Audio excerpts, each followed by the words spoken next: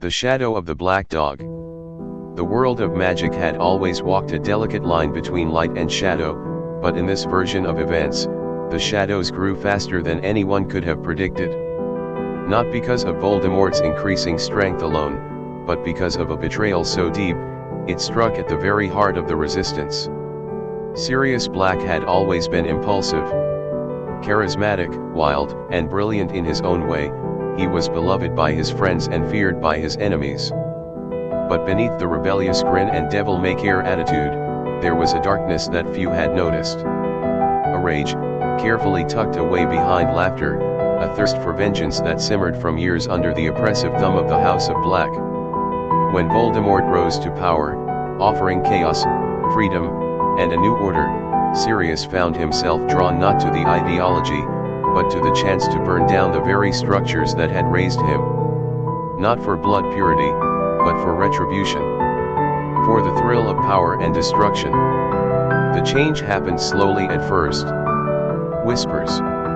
Disappearances. A darkness in his gaze that James Potter sometimes questioned, but never dared challenge. Lily, perceptive as ever, had her suspicions. She saw the glint of something unspoken in Sirius's eyes when he watched Dumbledore speak of love and sacrifice. But she said nothing. Not until it was far too late. It was not Peter Pettigrew who betrayed the Potters, but Sirius himself. He offered their location to Voldemort in secret, spinning a lie that Wormtail was the secret keeper to throw off suspicion. Voldemort's plan went smoothly, too smoothly. When he arrived at Godric's Hollow, James died trying to hold him off, and Lily, just as the prophecy foretold, begged for her son's life. Yet this time, her sacrifice was tainted. It was not made freely but manipulated. Voldemort had been warned by Sirius of the prophecy's wording. He struck down Lily without hesitation, her death offering no protective magic to shield Harry. But something unexpected happened. When Voldemort cast the killing curse at the infant, it rebounded, not from the power of sacrificial protection, but from the core of the wand itself. A fluke of Twincore's phoenix feather connecting him and Harry in ways he did not foresee. The Dark Lord's body was destroyed, and Harry lived. Marked by lightning, marked by prophecy, and now truly alone. Sirius arrived at the wreckage hours later. Not to mourn, but to claim the boy. The scene that followed would become one of legend, distorted by memory and ministry meddling. Hagrid had arrived just before him, cradling baby Harry in his massive arms. "You don't understand, Sirius," Hagrid said, tears in his eyes. "He's got to go to Dumbledore," he said. "Dumbledore's done enough," Sirius growled. "James was my brother. That boy is mine to protect now." But Hagrid was firm. He had orders, and his loyalty to Dumbledore ran deep. The two nearly came to blows before Sirius, cloaked in grief and cunning, stepped back and forced a smile. "Take the motorbike, then," he said softly. "It's the least I can do. I'll find the rat who betrayed them." But Sirius didn't go after Peter. He disappeared. Went underground. Disappeared from history as the world believed he had died or been imprisoned. And Peter Pettigrew? He never needed to run. Harry Potter grew up in the Dursleys' home, but not quite as canon remembers. Without Lily's protection, dark forces lurked near Privet Drive more often. Dumbledore cast wards of his own, but they were weaker, less binding. Shadows whispered near his window at night. Sometimes, Harry would wake and feel that someone had been there. Watching. Waiting. His Hogwarts letter arrived as expected, and Hagrid came to fetch him. But on the train to school, when he met Ron and Hermione for the first time, Harry was different. Not dark, exactly, but touched by something. He was quieter. More observant. He had dreams that didn't belong to him. Of serpents, of green light, of laughter in a voice he didn't recognize. At school, things unfolded with eerie similarity and occasional divergence. The Sorting Hat hesitated for nearly 10 minutes before placing him in Gryffindor, its threads whispering, "There is greatness in you, but not born of love." When Harry fought Quirrell and faced the Mirror of Erised, he didn't see his family. He saw power. He saw Voldemort kneeling before him. He saw Sirius, though he didn't recognize him, standing behind him like a shadow. By now, Sirius Black was a name of myth. The wizarding world believed him to be dead, or imprisoned in some secret wing of Azkaban, depending on whom you asked. Only a few in the inner circle knew the truth. Sirius had not vanished, he had evolved. He had become Voldemort's ghost. When Voldemort's spirit returned, clinging to life in Albania, it was Sirius who found the host, a dark wizard named Asmodeus Crane, and helped him begin the ritual of resurrection. They worked in secret, gathering artifacts, allies, and curses long thought lost. The events of the Triwizard Tournament were not orchestrated by Barty Crouch Jr. This time it was Sirius who placed Harry's name in the Goblet of Fire, who led him through each trial, offering unseen protection, grooming him for the ultimate reunion with the Dark Lord.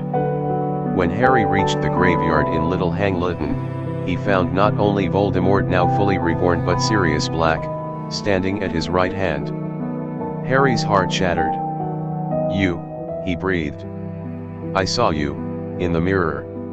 "You saw your destiny," Sirius said softly, stepping forward. "You are not like the others, Harry. You never were. And I have watched over you for years. Guiding you. You betrayed my parents.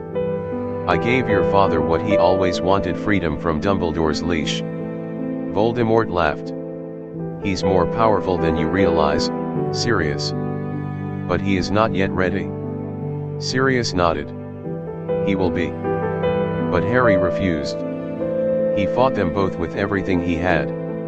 Cedric Diggory still died. Harry escaped with his body, barely clinging to life.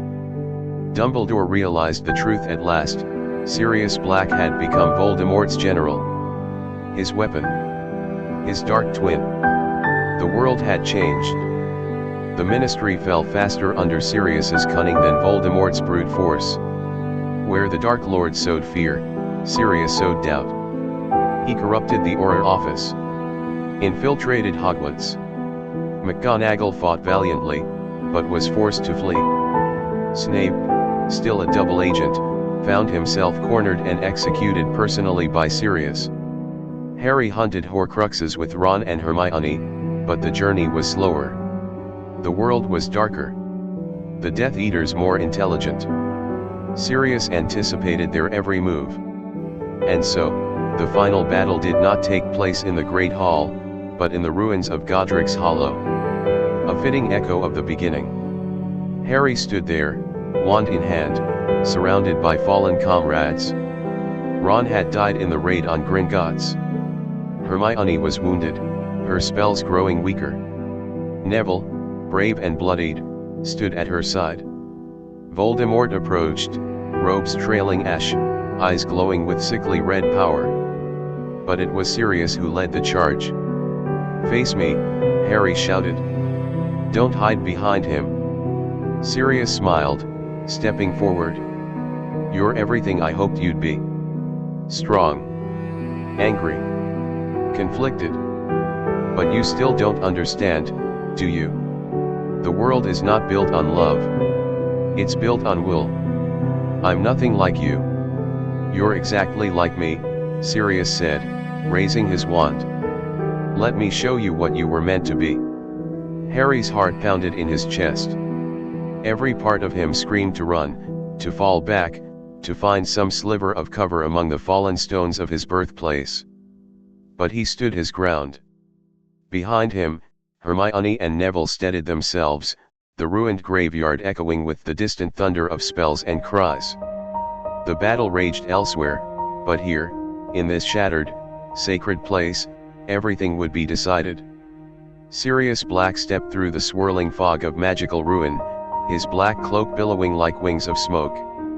His face, no longer that of the ragged prisoner Harry had seen in newspapers, was sharp, regal, terrifying. Power clung to him like an aura, but it was the quiet kind, the predator's calm before a kill.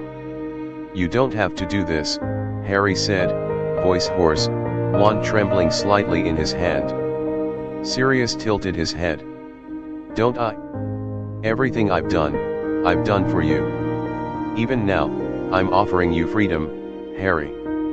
Freedom from Dumbledore's lies, from the expectations of this dying world. Come with me. Learn what your power truly means. You murdered my parents." Sirius's expression flickered. James chose his fate. I offered him truth, and he spat in my face. I gave him every chance. Lily, she was collateral. Regrettable, but necessary. As you will learn, love without strength is a leash. Harry didn't respond. He couldn't. The fury building in his chest was too great, too consuming. He raised his wand. Expelliarmus. Protego, Sirius said lazily, deflecting the spell with ease. Come on, Harry. I taught you better. You taught me nothing, Harry growled. You watched me like some twisted guardian and let me suffer. You had to suffer, Sirius replied. So you would grow. Dumbledore would have had you coddled. You needed pain. You needed loss. Only through fire is steel forged. From the shadows behind him, Voldemort laughed, high and cold. He does speak prettily, doesn't he? The Dark Lord said. I offered him command of my armies, and he asked for only one thing, you. Harry's breath caught. He wants to mold you in his image, Voldemort continued. And perhaps he could, were I not here to finish what I began. No, Sirius said suddenly, sharply. He's mine. Voldemort's eyes narrowed. You forget yourself, Black. Harry saw the shift, then a fracture in the alliance that had destroyed so much. Sirius didn't flinch. I have followed you, my lord, Sirius said. I have killed for you. But this boy is my legacy. Not yours. The graveyard pulsed with tension. Voldemort and Sirius, two black stars in orbit, stood on the brink of war themselves. It was Hermione who seized the moment.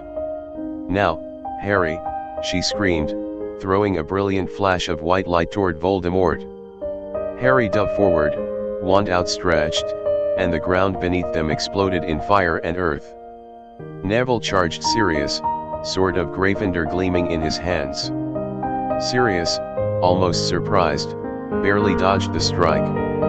He countered with a wave of force that threw Neville into a cracked headstone. Stupid boy, Sirius muttered.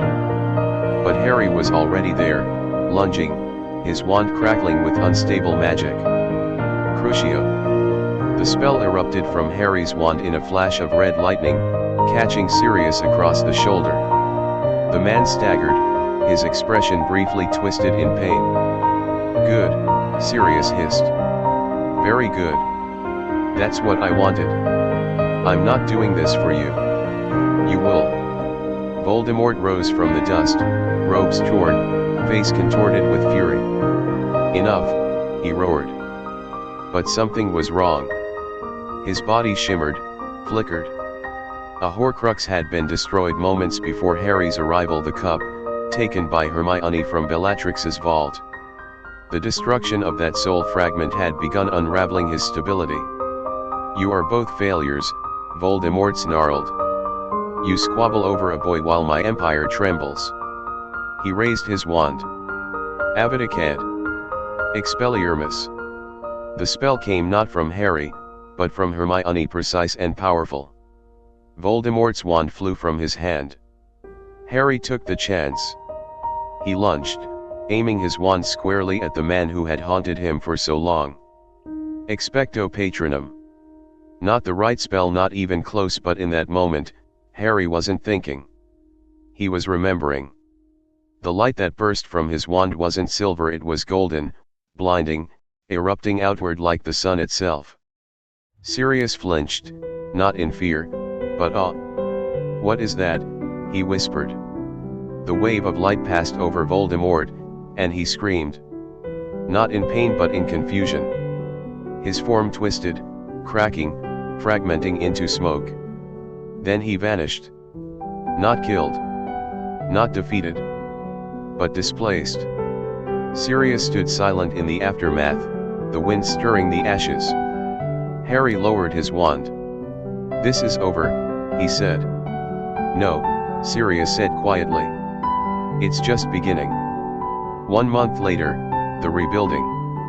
The wizarding world was in tatters. Voldemort's forces had been scattered, though not destroyed. But their leader was gone, not dead, but exiled to some distant plane of magic, his link to the living world severed. And Sirius Black was in custody. He had not fled. He had stood silently as the Aurors approached, one surrendered, blood crusted on his robes. He looked Harry in the eyes and said only, "Now you have to choose." The trial was swift. There was no denying his guilt, countless witnesses, years of plotted destruction. Yet something curious happened. He wasn't sentenced to death. Kingsley Shacklebolt, now interim minister for magic, made the case for life imprisonment. "He is dangerous," Kingsley said. "But he is also a mirror. A warning. Let the world see what becomes of those who mistake pain for strength." Azkaban was no longer guarded by Dementors. They had been cast out, their alliance with Voldemort exposed. But even among mortal guards, Sirius remained silent. Unbothered. Watching. Harry Potter stood on a windswept cliffside overlooking the sea. He was 30 years old, wand tucked in his belt, a scar still faint on his forehead. The war had left marks, some visible, some not. He had visited Sirius only once in those 10 years. They had said little. "I didn't want this," Harry had said. "Yes, you did," Sirius replied. "You just won't admit it." Harry didn't respond. He turned to leave. "You'll see," Sirius called after him. "One day. When they betray you. When they chain you in gold and praise you with poisoned words. You'll remember who truly understood you." Now, Harry looked out over the sea and tried to forget. But in the distance, a dog-shaped shadow flickered across the waves, huge, black, and silent. The Grim. Or perhaps only memory. 12 years later. The wizarding world had changed. Since the fall of Voldemort, a new ministry had emerged, one that promised transparency, unity, and healing.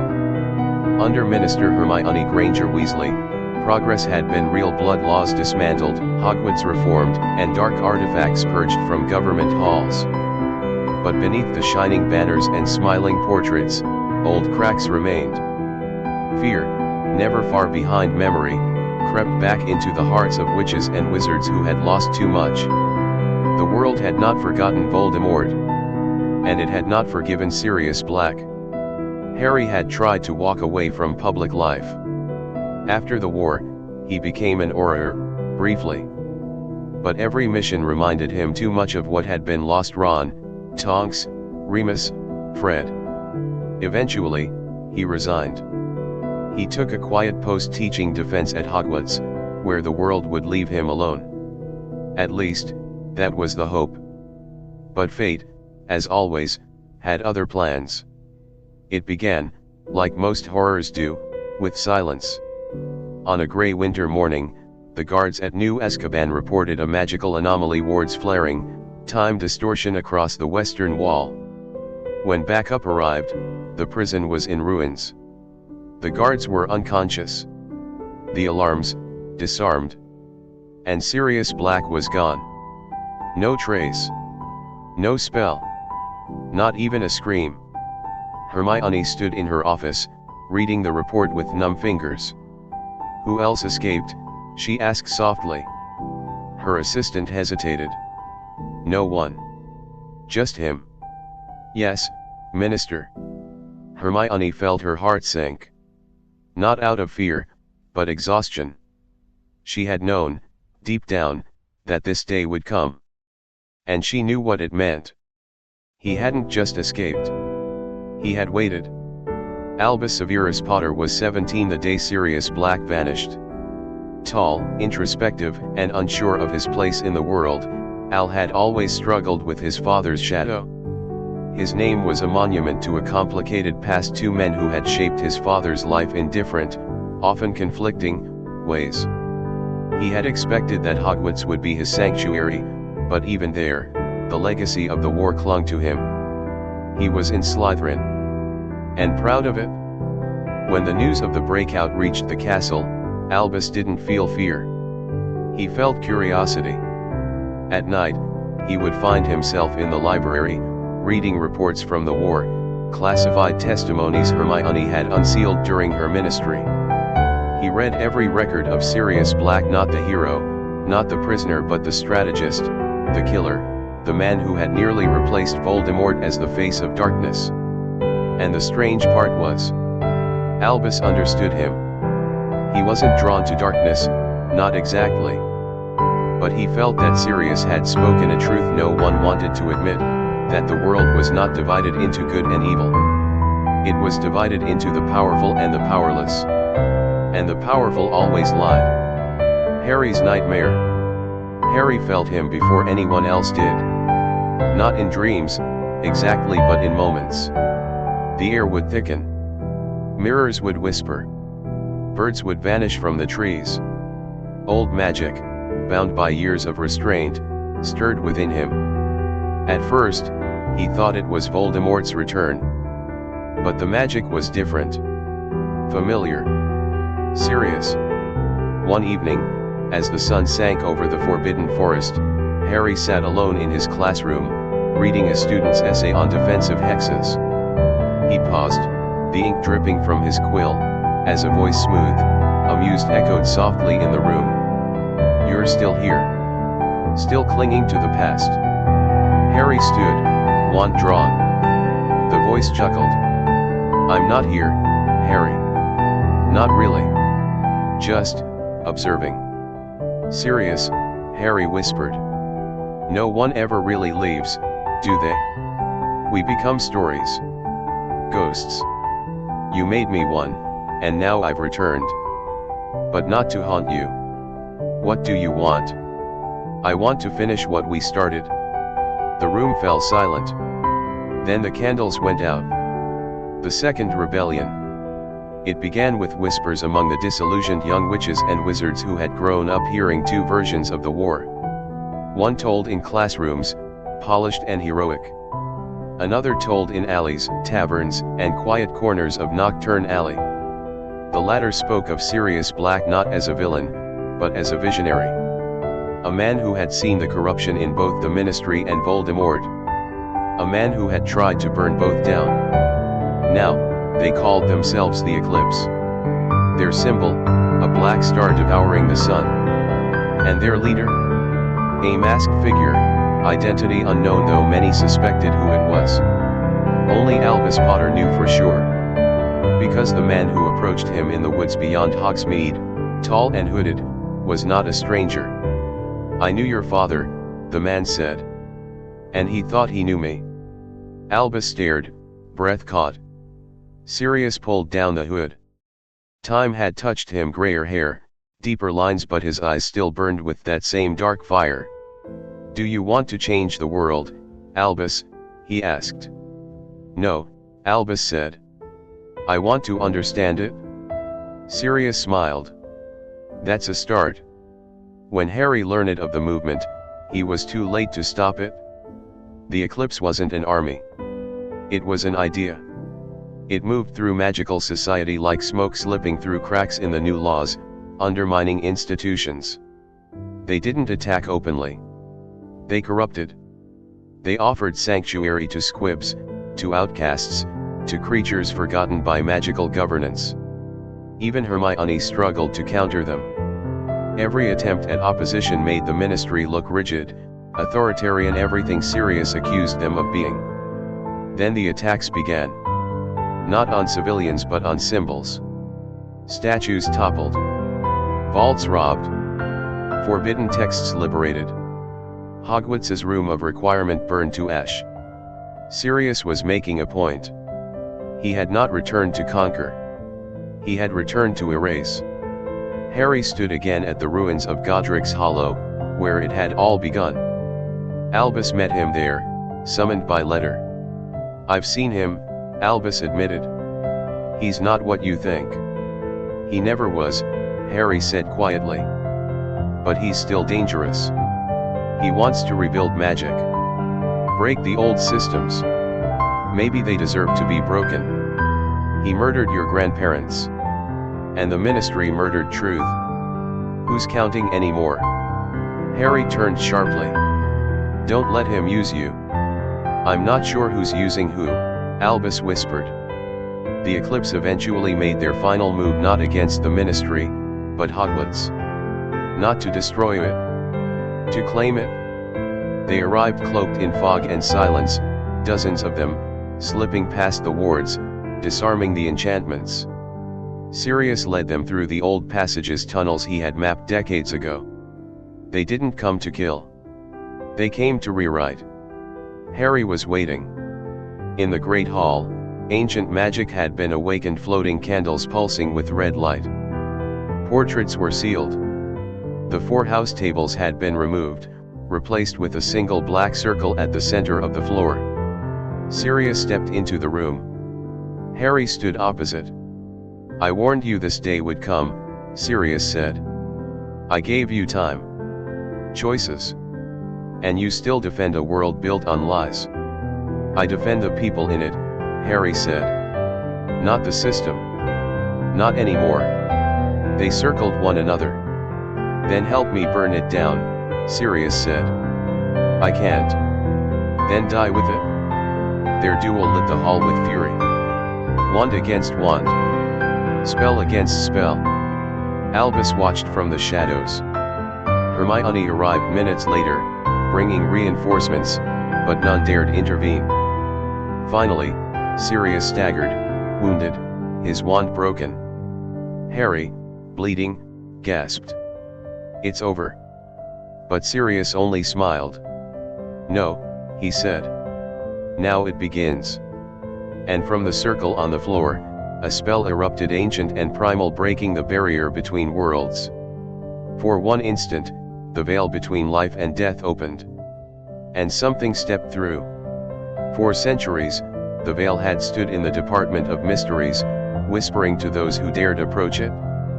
Most thought it a portal to death, an irreversible end. They were wrong. When Sirius's final spell activated in the heart of the Great Hall, it wasn't merely destruction he summoned, it was a revelation. The magic he unleashed had no color, no heat. It was absence. A sudden, overwhelming coldness that sucked the air from every lung in the castle.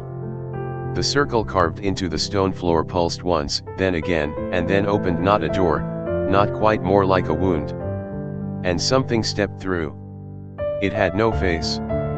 No body as mortals understood it. It appeared as shadow, flickering between forms, a woman's outline, a robed man, a twisting serpent of ink. Those who saw it forgot parts of themselves. Their names. Their fears. Their hope. Harry stood frozen, wand raised, as Sirius fell to one knee, smiling up at the shape. "I brought you," he whispered. "I broke the cage." The thing turned to Harry. "You are the child of the curse," it said. Not aloud, it spoke inside their bones. "I don't understand," Harry said. "You were marked for a purpose," the thing continued. "A vessel. A door. Your pain was not yours. It was a key." And then Harry understood. Sirius had not wanted to replace Voldemort. He had wanted to undo death. All those years ago, when Sirius fell behind the veil in the Department of Mysteries, he hadn't truly died. His soul had been caught, suspended in that liminal space, and in that place, he had seen what lay beyond. Not peace. Not punishment. Power. Something ancient slept beyond the borders of mortal magic, something forgotten by the Founders, buried by the Ministry, denied even by Dumbledore.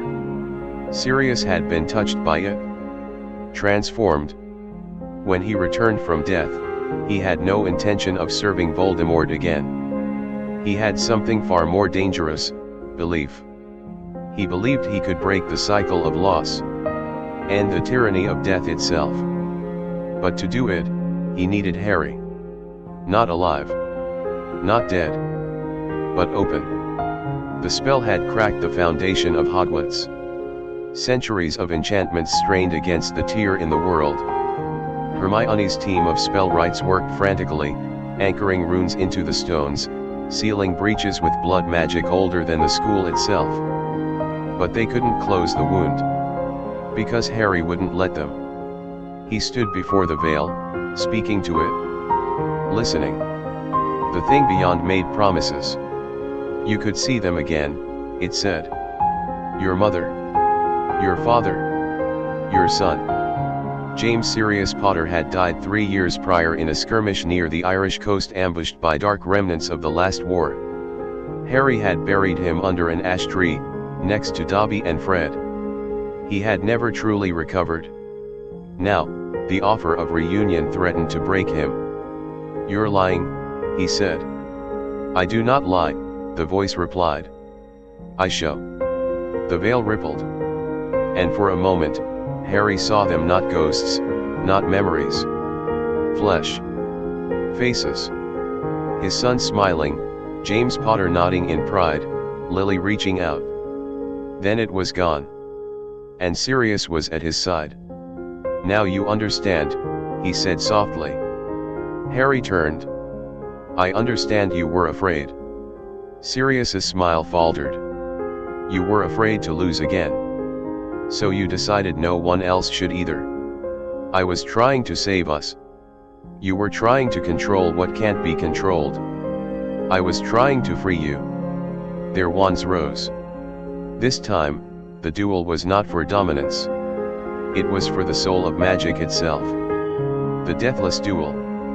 They battled through the ruins of the Great Hall, spells crashing like thunder, ancient stone erupting with fire and frost. But the duel was more than spell work.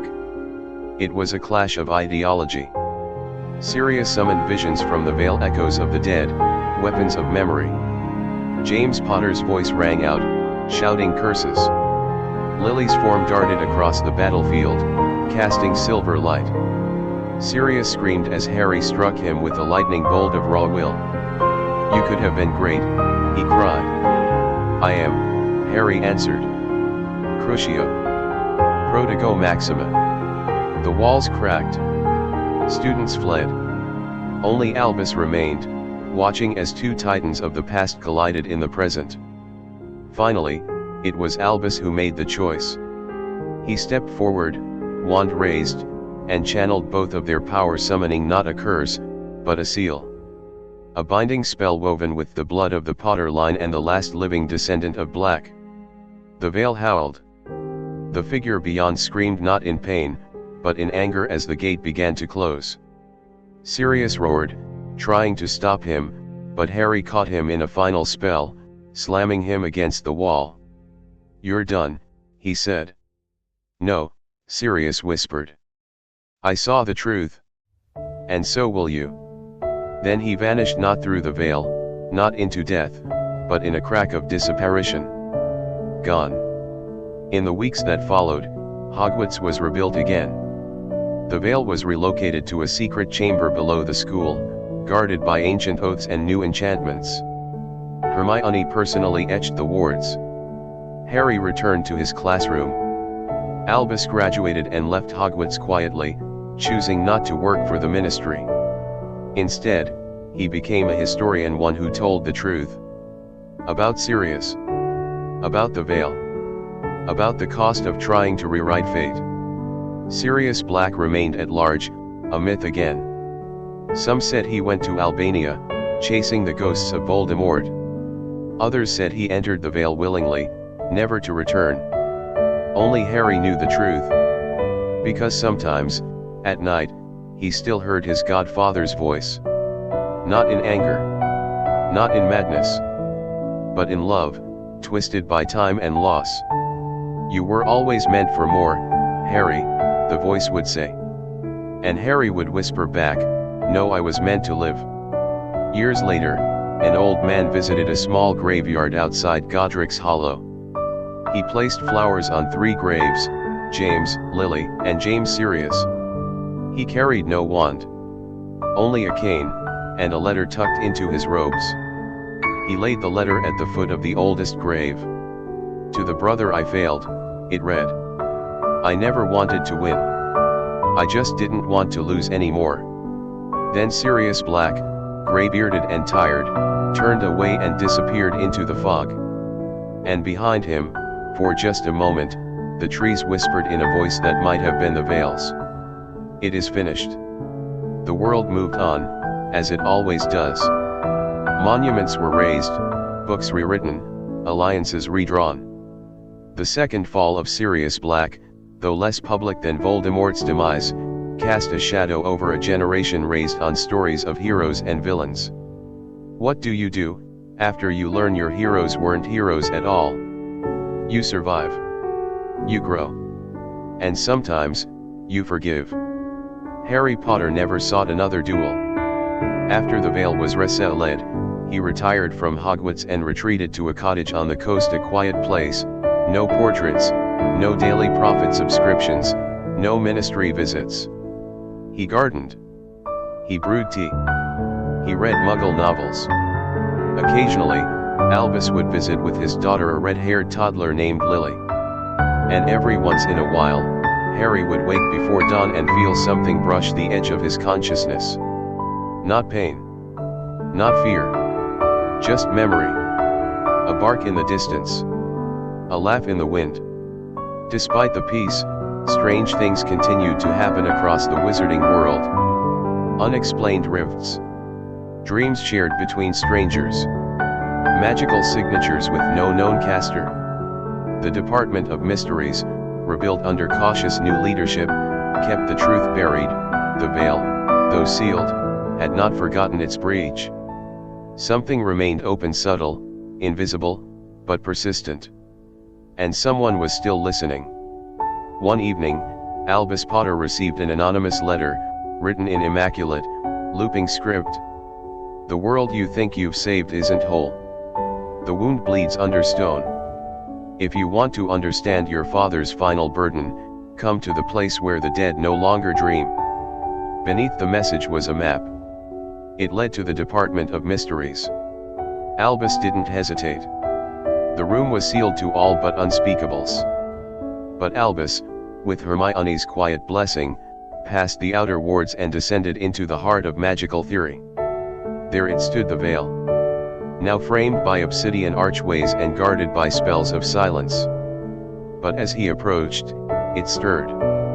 Back again, it whispered. Albus didn't speak. The air shimmered. And then, without warning, the Veil spoke in his father's voice. Al, it said, gentle and worn. You need to know what I did. From the shadows, a figure stepped forth. Not Sirius. Not a ghost. Harry. But not as he was. This Harry looked younger. Timeless. His eyes glowed faintly, as if lit from within. His robes shimmered like the edge of a memory. Albus drew his wand, unsure. What is this? I'm not alive, the image said. Not anymore. But I'm not entirely gone either. What happened to you? Harry's expression was calm. I went back. To close the wound for good. The only way to seal it was from the other side. You passed through the Veil. I became the lock. Albus staggered. Why didn't you tell us? Because it had to be final. Sirius broke the rules. I paid the price. Albus stared at his father, struggling to breathe. You died for it? Harry smiled faintly. No, I chose it. There's a difference. He stepped closer, transparent now, flickering like a flame in wind. There will be others, Al. Others who think pain is the only path to power. You have to be ready. Me. Albus whispered. You've already been tested. You saw what Sirius offered. And you said no. I wasn't sure. That's what made it true. The veil pulsed again. It's time, Harry said. For what? For goodbye. A year after that encounter, Albus returned to Godric's Hollow, now a sanctuary for magical orphans and squibs. He sat with his daughter under the ash tree where his brother was buried. She asked, "What happened to Grandpa Harry?" He thought for a moment. "He became a story," Albus said. "Like the ones in the books." "Stronger," he replied. "Because he chose how it ended." Nearby, a group of children were dueling with wooden sticks, laughing as imaginary curses flew across the grass. One boy shouted, "I'm Sirius Black, Dark Lord of Hogwarts." The others booed. Another girl yelled, "I'm Harry Potter. You can't beat me." Albus smiled. They still remembered. Not perfectly, but enough. One last time. In a room beyond time, beyond magic, where no clocks ticked and no shadows shifted, Sirius Black walked alone. Not in torment. Not in triumph. But in thought. He wandered the realm between life and death, where echoes lived and regrets spoke. One day, a second figure joined him. Harry. Not a spirit. Not a man. Something else. Sirius turned. "Took you long enough." Harry gave him a look. "You're the one who kept running." They walked side by side for a long time. No words. Then Sirius said, "Did I really become him? Voldemort?" Harry shook his head. "No. You became something worse." Sirius flinched. "You became someone I almost believed." They stopped. Sirius looked at the endless gray sky. "Do you hate me?" "No," Harry said. "I grieve you."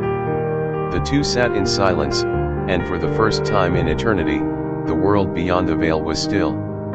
History records Sirius Black as many things. A rebel. A traitor. A visionary. A villain. But in the quiet places, the unspoken truth remains.